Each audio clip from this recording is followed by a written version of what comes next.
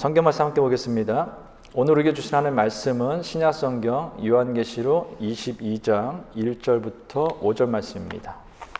찾으셨으면 제가 봉독합니다.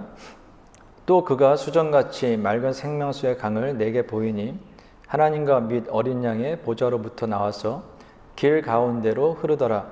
강 좌우에 생명나무가 있어 12가지 열매를 맺되 달마다 그 열매를 맺고 그 나무 잎사귀들은 만국을 치료하기 위하여 있더라.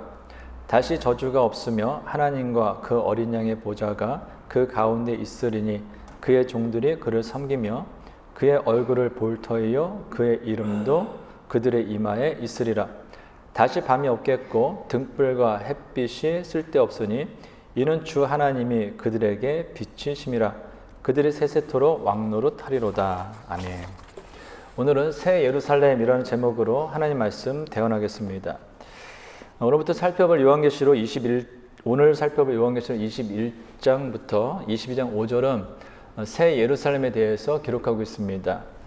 일반적으로 새 예루살렘은 천국에 대한 묘사로 해석을 합니다. 그래서 천국을 다녀왔다라는 분들의 간증을 들어보면은 이 본문을 근거로 해가지고 천국에 갔더니 12진주문이 있고 12보석을 가진 12기둥이 있다라고 종종 이야기하는 것을 들을 수가 있습니다. 호주도 그렇겠지만 한국에서도 보면은 예전에 내가 본 천국 아니면 천국을 다녀왔다라는 분들이 간증해서 한 그 책들이 그 기독교 서점에서 베스트셀러가 된 적이 굉장히 많았습니다. 사실 믿어야죠. 보고 왔다는데 믿어야죠. 그런데 참 보고 왔다는데 할 말은 없는 거예요. 맞죠? 보고 왔다는데 어떻게 하겠어요? 그런데 그게 베스트셀러 되고 각 교회에서 초청해서 간증도 하는데 나중에는 대부분이 그 돈벌이 아니면 인기를 위해서 거짓말하는 거, 사기친 걸로 발견될 때가 좀 많습니다. 그래서 좀 우리가 성경에 나오는 내용을 너무 문자적으로 해석해가지고 그렇게 해서 했대, 그게 우리가 좀 현혹되는 것을 주의할 필요가 있을 것 같습니다. 그런데 과연 이 오늘 본문에 기록된 이 새 예루살렘에 대한 기록이 정말로 천국을 말하고 있는지에 대해서는 우리가 좀 생각해 볼 필요가 있습니다. 왜냐하면 그 이유는 다음 같습니다. 요한계시록 21장 2절입니다.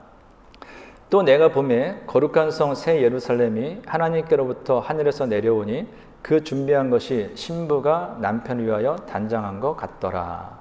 요한계시록 21장 9절 10절입니다. 7 대접을 가지고 마지막 7 재앙을 담은 7 천사 중 하나가 나와서 내게 말하여 이르되 이리 오라. 내가 신부 곧 어린 양의 아내를 내게 보이리라 하고 성령으로 나를 데리고 크고 높은 산으로 올라가 하나님께로부터 하늘에서 내려오는 거룩한 성 예루살렘을 보이니.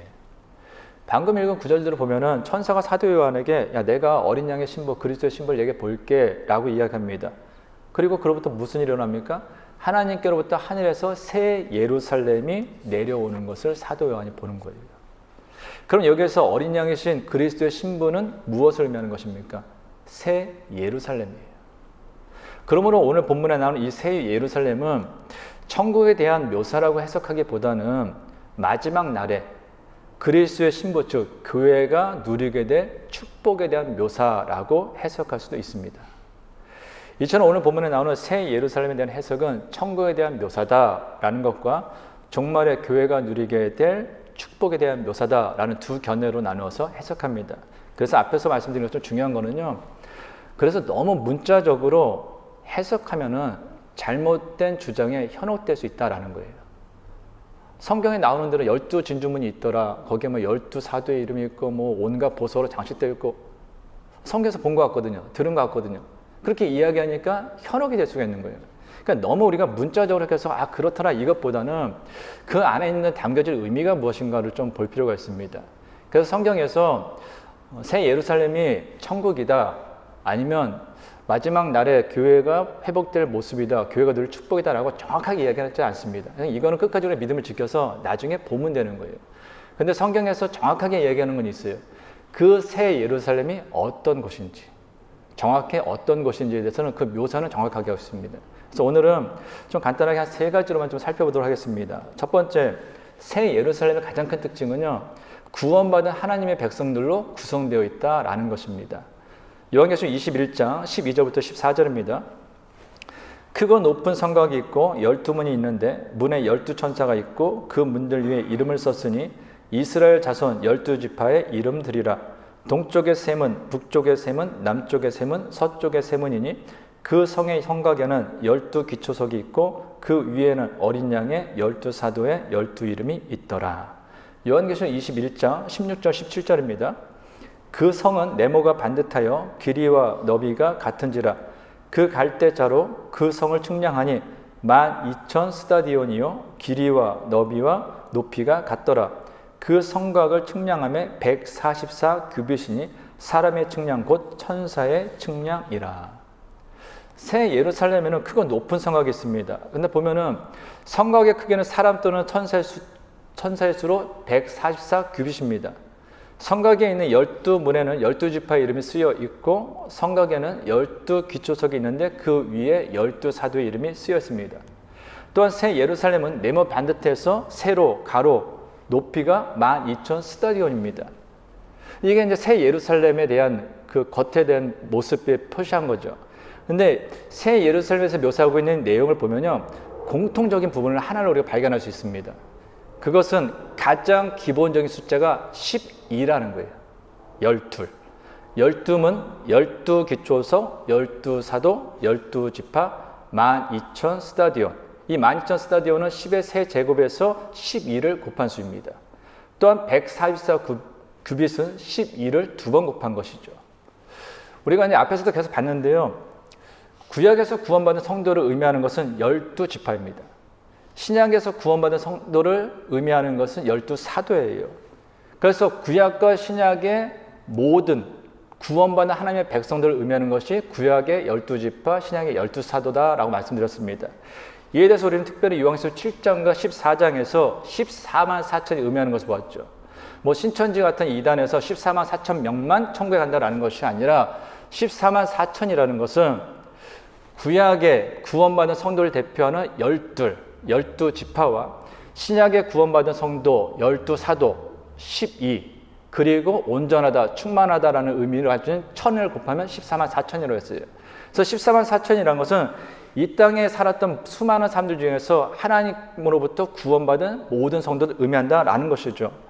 그처럼 지금 이 새 예루살렘에 나오는 이런 건축의 뭐 144급시다, 12,000 스타디온이나 이런 것들은 모두 새 예루살렘은 하나님 안에서 구원받은 성도들로 구성된 장소다라는 것을 우리에게 보여주고 있다라는 것입니다. 그래서 오늘 본문은 새 예루살렘은 오직 어린 양의 생명책에 그 이름이 기록된 사람들만 들어갈 수 있다라고 말씀하는 것입니다. 요한계시록 21장 27절입니다. 무엇이든지 속된 것이나 가증한 일 또는 거짓말하는 자는 결코 그리로 들어가지 못하되 오직 어린 양의 생명책에 기록된 자들만 들어가리라. 아멘. 이처럼 새 예루살렘은 아무나 쉽게 들어갈 수 있는 것이 아닙니다. 새 예루살렘은 하나님의 생명책에 그 이름이 기록된 사람들만 들어갈 수 있는 거룩한 장소다라는 거예요. 그런데 우리가 여기서 잊지 말아야 할 매우 중요한 사실 하나 있습니다. 요한계시록 21장 13절 다시 한번 보겠습니다. 동쪽의 셈은, 북쪽의 셈은, 남쪽의 셈은, 서쪽의 셈은이니. 이 새 예루살렘에는 동서남북으로 각각 문이 3개씩 모두 12개가 있습니다. 무엇을 의미하는 걸까요? 구원받은 성도들이 들어가는 이 새 예루살렘은 어떤 민족, 어떤 나라 사람이라도 복음으로 구원받은 사람이라면 누구든지 관계없이 다 들어갈 수 있는 곳이다라는 거예요. 이것이 중요한 것입니다. 창세기 28장 14절입니다. 내 자손이 땅의 티끌같이 되어 네가 서쪽과 동쪽과 북쪽과 남쪽으로 퍼져 나갈지며 땅의 모든 족속이 너와 네 자손을 말미암아 복을 받으리라. 성도 여러분, 하나님께서 수많은 사람들 중에 아브라함을 택하신 이유가 무엇입니까? 아브라함 때문에 이스라엘이라는 특정 민족만 구원하시기 위함인가요? 아니에요. 유대인들의 가장 큰 잘못은 무엇이냐? 우리만 구원받는다라는 거예요. 하나님께서 우리만 택하셨고 우리만 구원하셨고 그렇기 때문에 우리가 아닌 이방 나라 모두는 지옥에 갈 것이다. 하나님의 저주를 받을 것이다. 이것이 유대, 이스라엘의 가장 큰 잘못입니다. 하나님께서 아브라함을 부르신 이유는 그를 통하여서 이 땅에 있는 모든 민족, 모든 사람을 구원하시기 위해서 아브라함을 불렀다라는 거예요. 그래서 아브라함을 통해서 동쪽, 서쪽, 남쪽, 북쪽 그의 후손을 통해서 모든 민족이 주의 복음을 듣고 구원을 받을 수 있는 것이 되는 것이죠. 또 마태복음 11장 28절입니다. 수고하고 무거운 짐 자들아 다 내게로 오라. 내가 너희를 쉬게 하리라. 아멘. 예수님께서 이 땅에 오신 이유도 동일해요. 예수님께서는 수고하고 무거운 짐 지고 가는 사람들, 죄로 인해서 무거운 짐을 지고 가는 사람들, 율법으로 인해서 무거운 짐을 지고 가는 사람들, 그들 중에서 어떤 민족, 어떤 사람들만 특별히 선택해서 구원하시기 위해서 오신 것이 아니다라는 거예요. 누구든지 죄의 짐으로 인해서, 율법의 짐으로 인해서 날마다 수고하고 무거우며 인생길 가운데 소망 없이 살아간 그 모든 사람들을 초청하시고 그들을 구원하시기 위해서 이 땅에 오셨다라는 것입니다. 로마서 10장 11절부터 13절입니다. 성경이 이르되 누구든지 그를 믿는 자는 부끄러움을 당하지 아니하리라 하니 유대인이나 헬라인이나 차별이 없음이라.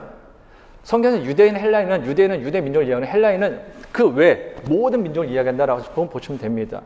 한 분이신 주께서 모든 사람의 주가 되사 그를 부르는 모든 사람에게 부요하시도다. 누구든지 주의 이름을 부르는 자는 구원을 받으리라. 아멘. 사도 바울이 강조하는 게 뭐예요? 구원에는 차별이 없다라는 거예요. 키가 크든 작든 잘났든 못났든 피부색이 검었든 하얗든 누렇든 뭐 민족이 어디든 나라가 어디든 돈이 많든 적었든 생활이 어떠했든 학벌이 어떠했든 학식이 어떻든 관계없이 구원에는 차별이 없다라는 것입니다. 누구든지 예수님을 자신을 구원하신 구원 그리스도로 믿고 받아들이는 사람은 구원을 받는다라는 거예요. 그래서 구원받은 성도들이 들어가는 그 새 예루살렘은 어떤 민족, 어떤 나라 사람이라도 누구든지 관계없이 들어올 수 있도록 동서남북 모든 것의 문이 활짝 열려 있는 것이다 라는 것입니다.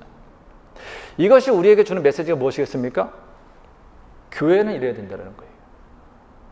교회는 닫힌 문이 있으면 안 됩니다. 동쪽이든 서쪽이든 남쪽이든 북쪽이든 교회는 모든 문이 활짝 열려 있어야 된다라는 거예요. 무슨 얘기입니까? 교회는 어떤 사람이라도 포용할 수 있는 자세를 가져야 된다라는 거예요. 물론 예수님을 믿지 않는 사람도 사람에 대해서는 차별을 하면 안 됩니다.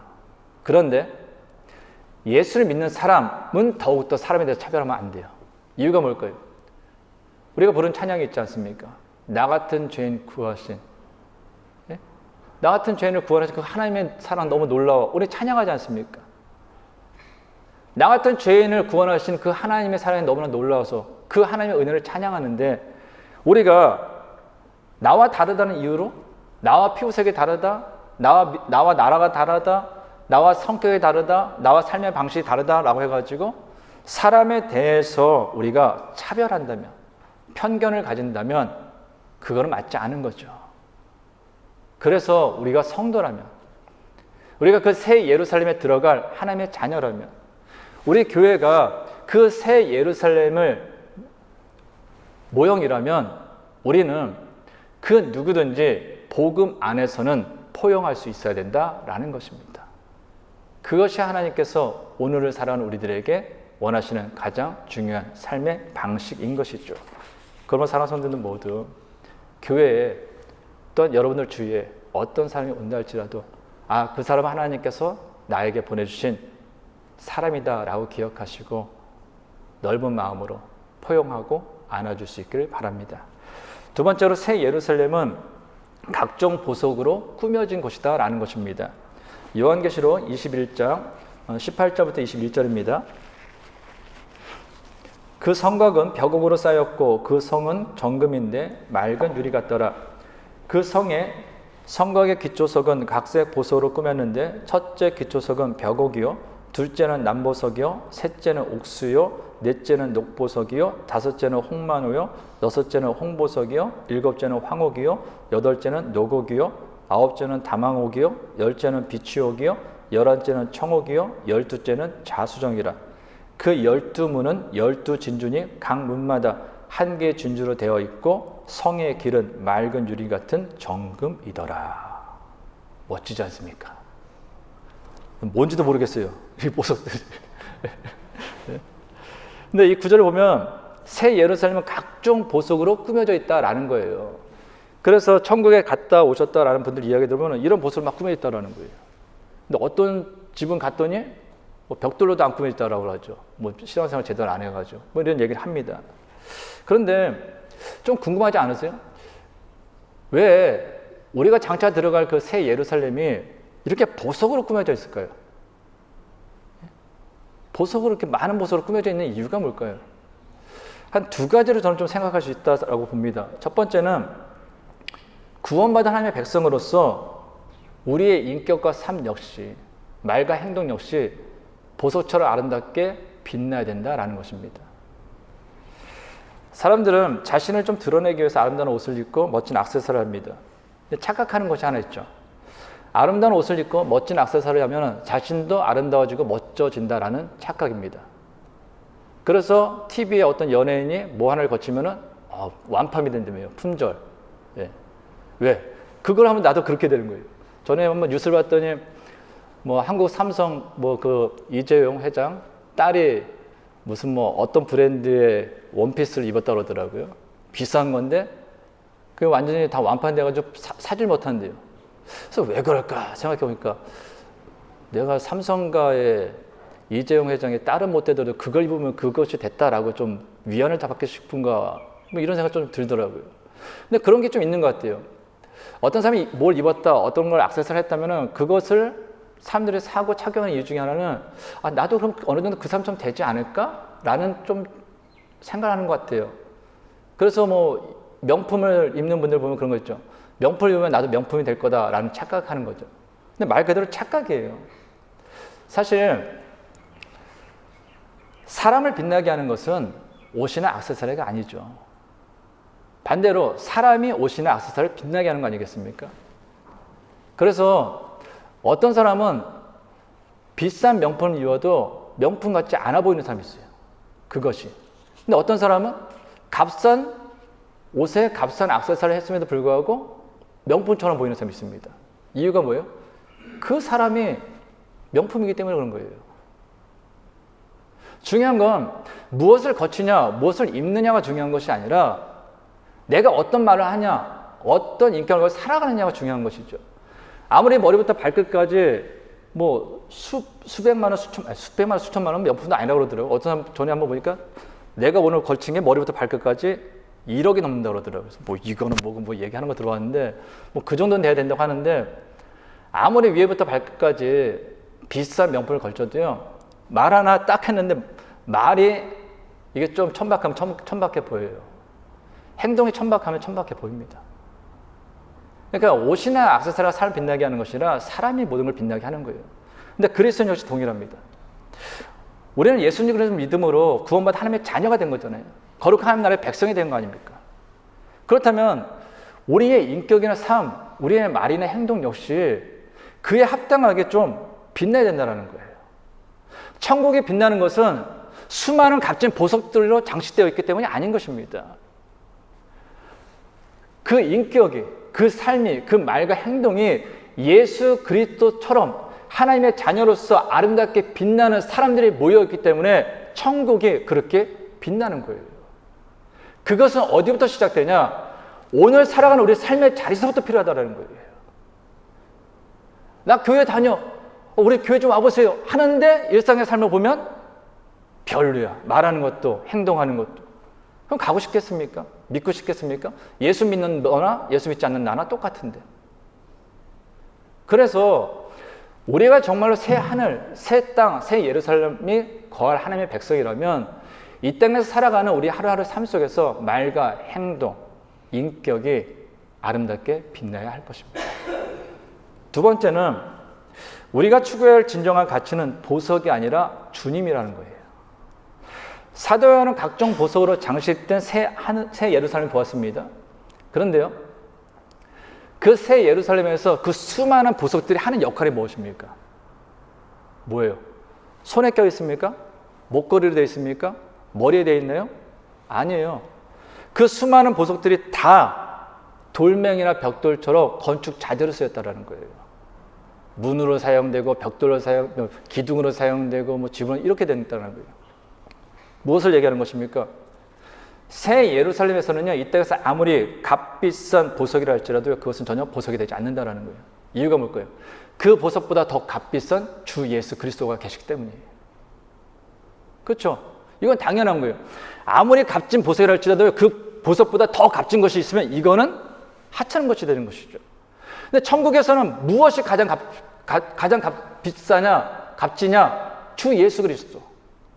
그 주 예수 그리스도가 가장 값진 보석이기 때문에 이 땅에서 우리가 그렇게 값지다, 비싸다, 귀하다 했던 그 보석들은 천국에서는 길가에 있는 돌멩이처럼 아니면 기둥에 쓰이는 벽돌이나 문에 쓰이는 돌멩이처럼 사용될 수밖에 없다라는 것입니다.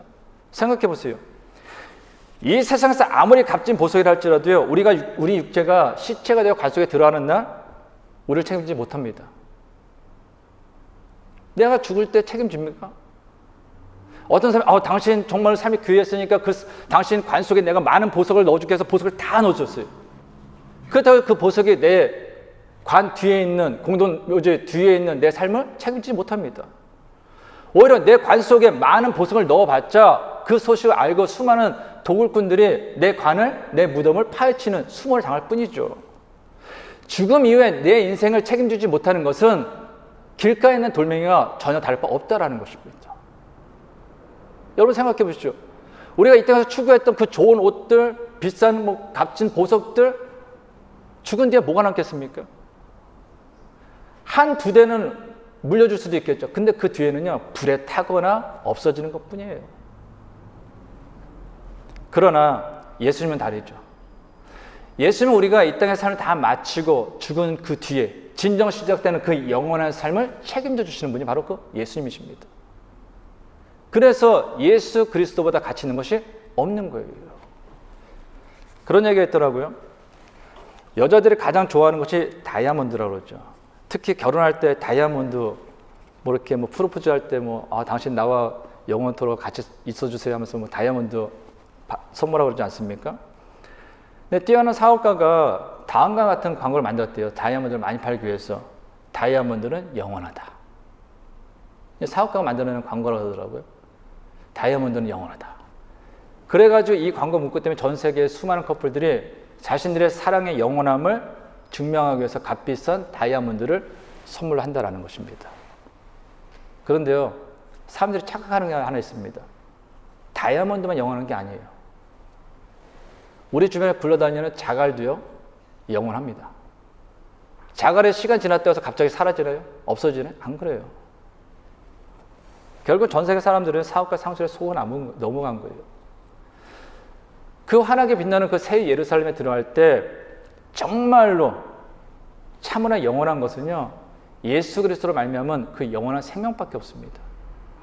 그래서 우리가 그 새 예루살렘에 들어갈 하나님의 사람이라면 이 땅을 살아가면서 그 돌멩이와 같은 그 보석 같은 것을 우리가 인생의 가치로 두고 살아서는 안 된다는 거예요. 우리가 오직 이 땅에 살아가면서 가치를 둬야 될 것은 하나님 나라의 가치, 주 예수 그리스도의 그 진리의 가치를 쫓아 살아가야 된다라는 것입니다. 그래야 영원토록 새 예루살렘에 거할 사람과 그렇지 않은 사람의 삶이 다를 수 있는 거 아닙니까? 왜? 우리는 이미 가장 귀한 것, 가장 복된 것, 가장 좋은 것을 가진 사람이니까요. 마지막으로 하나만 더 살펴보겠습니다. 새 예루살렘은 에덴이 완전히 회복된 것이다 라는 것입니다. 오늘 보면 1절, 2절입니다. 또 그가 수정같이 맑은 생명수의 강을 내게 보이니 하나님과 및 어린 양의 보좌로부터 나와서 길 가운데로 흐르더라. 강 좌우에 생명나무가 있어 12가지 열매를 맺되 달마다 그 열매를 맺고 그 나무 잎사귀들은 만국을 치료하기 위하여 있더라. 사도 요한은 새 예루살렘에서 수정같이 맑은 생명수의 강을 보았습니다. 에덴 동산에서도 강이 있었죠. 네 개의 강이 흘러나와서 만국의 대지를 적시고 풍요롭게 했습니다. 근데 새 예루살렘에도 새 예루살렘 한가운데로 강이 흐르면서 대지를 풍요롭게 하고 모든 피조물을 살린다라는 거예요. 그래서 그 이름이 생명수입니다. 또한 새 예루살렘 한가운데에 관통하는 그 생명강 좌우에 무엇이 있습니까? 생명나무가 있어요. 그 생명나무에서 12가지 열매를 맺을 뿐만 아니라 그 나무 잎사귀가 만국을 치료하고 있다라는 것입니다. 아담의 범죄로 잃어버렸던 그 에덴 동산에 생명나무가 있었습니다. 근데 아담이 선악을 알게 하는 그 나무를 따먹고 죄인이 된 것과 동시에 하나님께서 생명나무 주변에 두루 도는 불칼을 두셔가지고 사람으로 하여금 접근하지 못하게 하셨어요. 누구도 생명나무의 열매를 따먹지 못하게 하셨습니다. 이유는 하나예요. 죄인이 영생하는 것처럼 비참한 게 없거든요. 죄인이 영생하는 것을 막기 위한 하나님의 배려였습니다. 그런데 사도 요한은 그 환상 가운데 새 예루살렘에 처음 에덴 동산에 있었던 그 생명나무가 있음을 보았다라는 거예요. 근데 더 중요한 건 무엇이냐? 회복될 그 새 예루살렘에서 가장 중요한 특징은요, 우리가 하나님의 얼굴을 직접 마주대어 본다라는 것입니다. 오늘 본 3절 4절입니다. 다시 저주가 없으며 하나님과 그 어린 양의 보좌가 그 가운데 있으니 그의 종들이 그를 섬기며 그의 얼굴을 볼 터이요 그의 이름도 그들의 이마에 있으리라. 아멘. 창세기 3장에서 아담은 죄의 결과로 하나님의 얼굴을 피할 수밖에 없었습니다. 창세기 4장에서는 동생 아벨을 죽인 가인은 하나님의 저주를 받아 하나님의 얼굴을 피할 수밖에 없었습니다. 죄인은 거룩하신 하나님의 얼굴을 보면 죽습니다. 그래서 모세조차 하나님의 얼굴을 볼 수 없었습니다. 출애굽기 33장 20절입니다. 또 이르시되 내가 내 얼굴을 보지 못하리니 나를 보고 살 자가 없음이니라. 그래서 이 땅에서는 누구도 하나님의 얼굴을 볼 수가 없어요. 그런데 새 예루살렘에 어떻게 된다고요? 하나님의 백성된 우리가 하나님의 얼굴을 마주 봅니다. 우리가 찬양했던 그 하나님, 우리가 그렇게 사랑에 고백했던 그 하나님을 정말로 그 새 예루살렘의 얼굴과 얼굴로 마주 보게 된다라는 거예요. 이보다 큰 감격이 어디 있습니까? 이보다 큰 기쁨이 어디 있습니까? 옆에 있는 분들 한번 보세요. 일주일 만에 보니까 어떻습니까? 행복하지 않습니까? 아니에요. 사랑하는 사람을 보는 것만큼, 사랑하는 사람을 얼굴과 얼굴 마주 보는 것만큼 큰 기쁨은 없습니다. 죄를 지으면 가장 불편한 것이 무엇이냐면요, 얼굴을 마주대하는 거예요. 부모 자식 간에도 애들이 슬슬 피할 때가 있어요. 엄마 아빠한테 잘못을 하면 얘들이 얼굴을 피해요. 그런데 떳떳하고 아니면 뭐 좀 좋은 일 있으면 엄마 아빠한테 얼굴 들이대죠. 막 이래가지고 엄마 아빠 쫓아다니면서 뭐 이런저런 얘기도 막 하고 그러잖아요. 근데 뭔가 이상하면 피해요. 아담도 에덴 동산에서 하나님의 말씀을 어기고 선악과를 따먹었을 때 가장 먼저 보인 반응이 무엇이냐? 자기에게 다가오는 그 하나님의 소리를 듣자마자 동산 가운데 있는 나무로 숨어버린 거예요. 죄졌으니까요. 그런데 새 예루살렘에서 우리가 하나님의 얼굴 마주본다는 건 무엇입니까? 죄로 인해서 깨졌던 하나님과 우리의 관계가 완전하게 회복되었다라는 것입니다.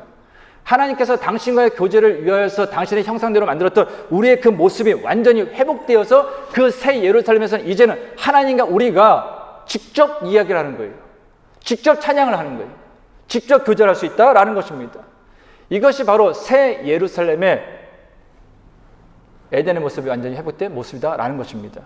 그렇다면 성도 여러분, 이 새 예루살렘에 이르기 위해서 우리가 해야 할 일이 무엇일까요?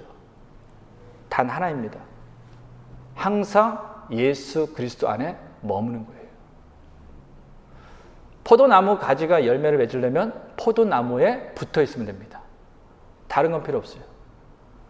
우리가 그 새 하늘 새 땅, 새 예루살렘에 들어가기 위해서 할 일은 포도나무이신 그 주님께 머물러 있는 것 외에는 없다라는 것입니다. 그래서 요한계시록을 통해서 하나님께서 주시는 메시지의 공통된 주제는 단 하나입니다.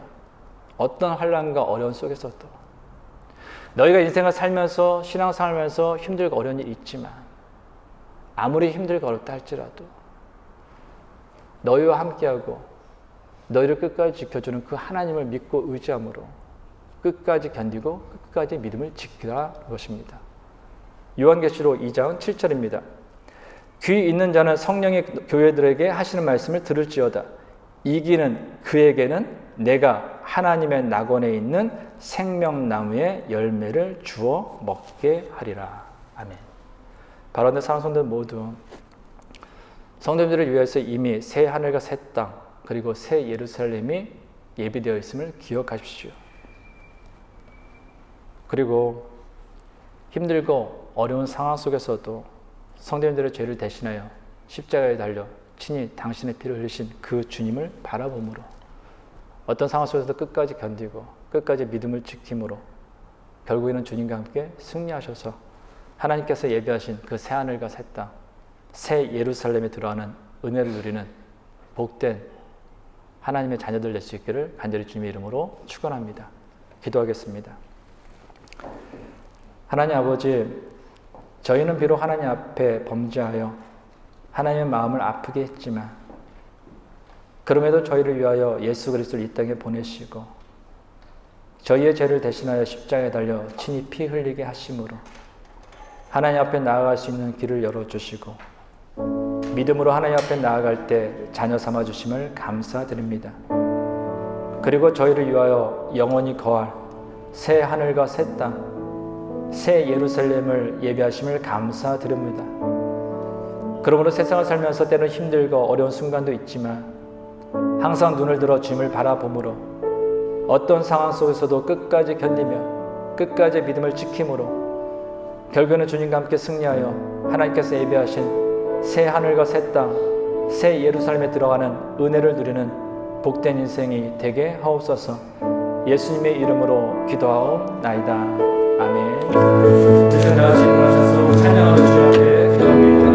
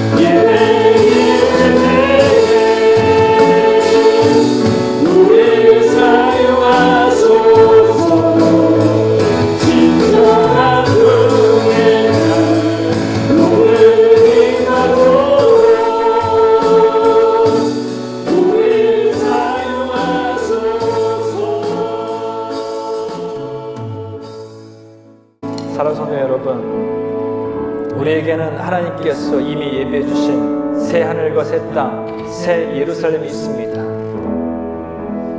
그러므로 우리는 영원히 보장되어 있는 사람입니다. 그 무엇과도 비교할 수 없는 가장 큰 복을 이미 받은 사람들입니다. 그럼 우리는 이 땅의 삶을 감사함으로, 기쁨으로, 기도로 승리하며 살 수 있습니다. 우리 시간 같이 기도할 때 주님, 영원하신 주님을 바라보며 그 주님의 승리를 기억하며 인내하게 하여 주시고 믿음으로 승리하게 하여 주시옵소서. 끝까지 믿음을 지키는 하나님의 자녀가 되게 해주시옵소서. 우리 같이 기도하겠습니다. 하나님께 주옵소서. 하나님으로 감사합니다. 하나님께서 우리를 주셔서 정말로 감사합니다. 우리를 택하여 주시고 불러주신 하나님의 자녀 성도로 주시옵소서. 우리에게 영원한 생명을 주시고 우리에게 영원한 새 하늘과 새 땅, 새 예루살렘을 선물해 주실 정말로 감사드립니다. 그러므로 하나님 주시오, 우리가 이 세상을 살아가는 때는 힘들고 지치고 어려운 일이 있더라도 포기하지 않게 하여 주옵소서. 견뎌하지 않게 하여 주옵소서. 넘어지지 않게 하여 주옵소서. 쓰러지지 않게 하여 주옵소서. 늘어나는 주님만을 바라보면서 늘어나는 주님만을 기대하면서 주님 안에서 믿음을 지키게 하여 주시오. 주님 안에서 끝까지 승리하는 자가 되게 하여 주옵소서. 그래서 우리 사랑하는 모든 성도들 하나님께서 믿음을 지키며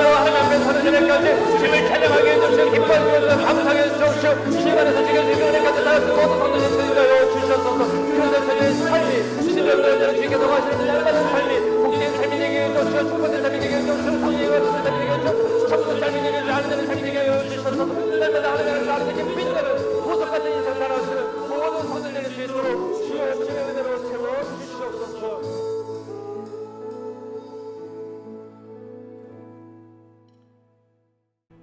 이제는 우리 주 예수 그리스도의 은혜와 하나님의 크신 사랑과 성령님의 교통하심이 세상을 살면서 때로는 힘들고 어려운 순간도 있지만 항상 눈을 들어 주님을 바라보므로 어떤 상황 속에서도 끝까지 견디며 끝까지 믿음을 지킴으로 결국에는 주님과 함께 승리하여 하나님께서 예배하신 새하늘과 새 땅, 새 예루살렘에 들어가길 원하는 모든 성도들과 가정과 세워진 기업 위에 이제부터 영토로 함께 하시기를 간절히 축원하옵나이다. 아멘.